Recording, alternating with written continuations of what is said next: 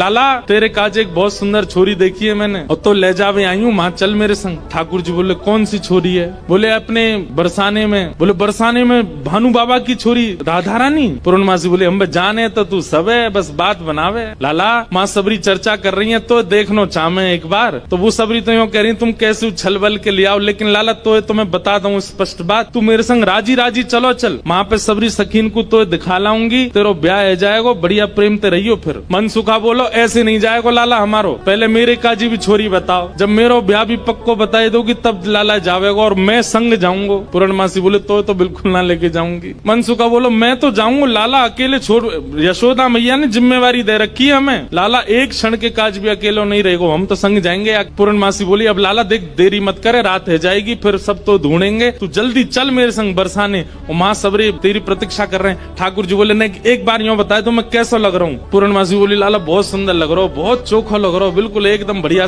अभी गैया चरा रहे हैं, गोबर लगाए जगह जगह पे, लेकिन फिर भी पूर्णमासी कह रही बहुत बढ़िया लग रहा हो लाला, ऐसी चलो चल। मनसुखा बोलो हम बता दे हम कैसे लग रहे हैं? तू तो ऐसा लग रहा हो कोई बंदर नहा के आयो हो, बाकी सबरे बाल चिपक जाए। मनसुखा बोलो तुम मुझे ज्यादा ना बोल रही, यूँ ना पता हो कि लाला अगर मैं इशारो कर दूंगा तो जावेगो नहीं बरसाने की ओर। पूर्णमासी बोली तू कर दे इशारो एक बार याकू।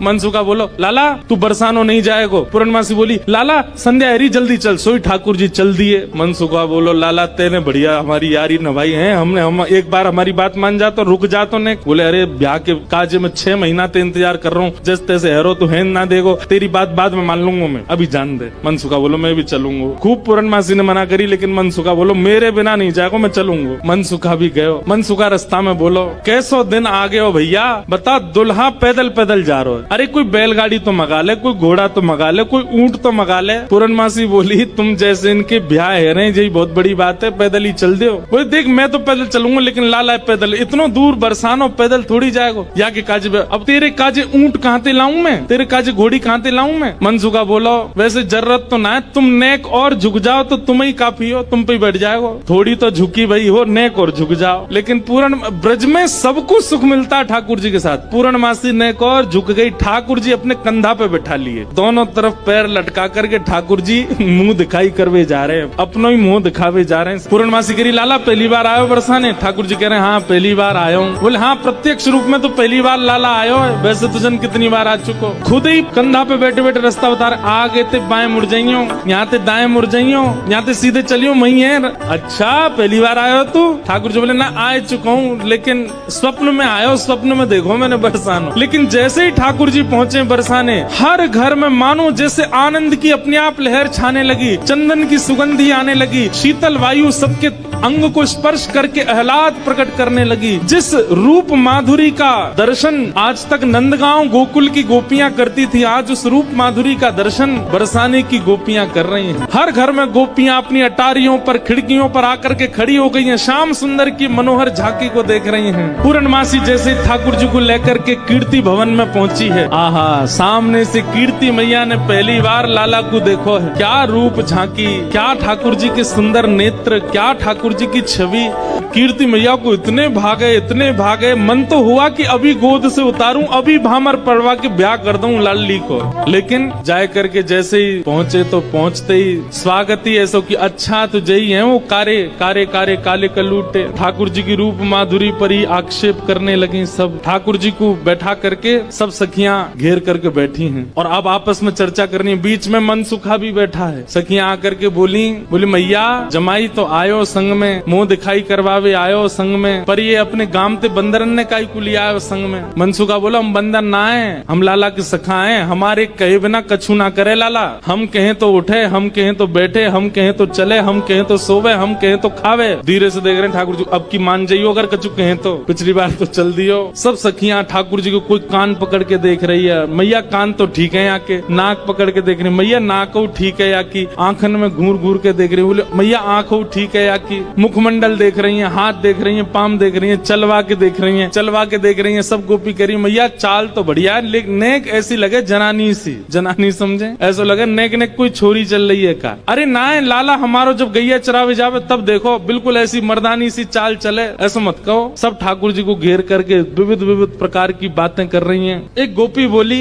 लाला तुम बाकी सब चीजन में तो ठीक हो, लेकिन फिर चोरी काय को करो। ठाकुर जी बोले हम चोरी ना करें, ये सबरे ब्रजवासी मक्खन निकालें, दूध घी दही सब इकट्ठो करें और कंस को जाकर के दया में, तो कंस के यहाँ जावे से रोकें, वहाँ हमारे चोरी करें। और मक्खन की चोरी, दूध की चोरी, दही की कोई चोरी है? चोरी तो आभूषण की होयो करे। तभी एक गोपी बोली हमने तो ये भी सुनी है कि तुमने किशोरी जी की मुंदरी चुरा ली एक बार। ठाकुर जी बोले अरे ये तुम्हारे घर पे जो मलाई दूध आदि सब खाए ना, ये गोपीन के घर से चोरी नहीं भैया, उनके जप तप को फल मिला उन्हें कि मैं उनके यहाँ चोरी करवे आया हूँ। मैं तो यहाँ ब्रज में जन्मा हूँ। मुंदरी जो हमने चुराई वो तेरे पति की नहीं, तो तू मत बोला हमते कि कौन की चुराई कौन की नहीं चुराई, हम दोनों एक हैं। तुम कहा जानोगी यह बात? अरे तू हमते का पूछ रही है? ये श्यामाजू तो नित्य हमारी है, ये सदीनते हमारी है, इनके संबंध में इतनी जांच पड़ताल और पूछ तूछ तुम कर रही हो, अरे ये तो सदाते हमारी है, या मैं पूछने की कहा बात है। सब सखी बोली हे कीर्ति मैया जमाई तुम्हारो सर्वगुण संपन्न है, बोलवे में हूँ आगे, उछलवे में हूँ आगे, चोरी में हूँ आगे, सब चीजन में निपुण है। इतनी देर से बात बना रहे, कभी मनसुखा कछु के, कभी गोपी सब कछु के हैं। सब गोपियां बोली भैया देखो ये मेल बन नहीं रहे हो ब्याह को। बोले क्यों ना बननो? बोले बात यहीं आके अटक रही है कि लाला तुम्हारो कारो है, हमारी किशोरी जी गोरी है। अब ये सबरी ज्यादा ही कारो कारो करन लगी तो मनसुखा ने पकड़े ठाकुर जी के हाथ, बोले चल लाला ऐसी जगह हमें ब्याह ना करनो जहाँ पे हमारी ने को लाज नहीं है, ने को हमारी इज्जत नहीं है। ठाकुर जी जैसे ही जान लगे मनसुखा के संग, इतने में ही सब गोपी दौड़ के गई और भीतर से किशोरी जी को लेकर के आई। आहा, अब यहाँ मनसुखा ठाकुर जी को खींच रहा, ठाकुर जी स्तब्ध खड़े, क्यों? सामने से किशोरी जी आ रही हैं। सब गोपियों में और मनसुखा में आपस में चर्चा होने लगी।